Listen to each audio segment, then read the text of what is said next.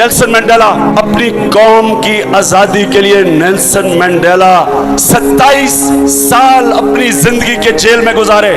بار بار ان کو آفر دی گئی کہ اپنے موقف سے پیچھے ہٹ جاؤ, جو چاہتے ہو ہم دے دیں گے. اس نے کہا جو کر لو, میں جب تک اپنی قوم کو آزاد نہیں ہوگا میں پیچھے نہیں ہٹتا. اور جانتے ہیں اس نے کیا کیا؟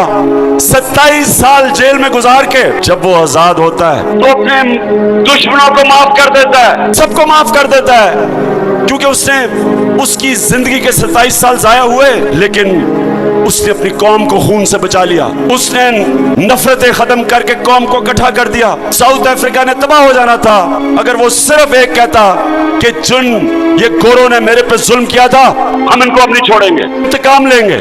لیکن بڑا انسان تھا, اپنے سے بڑی سوچ رکھتا تھا, اس لیے جب تک ساؤتھ افریقہ رہے گا وہ نیلسن منڈیلا سے پیار کریں گے, اس کی عزت کریں گے.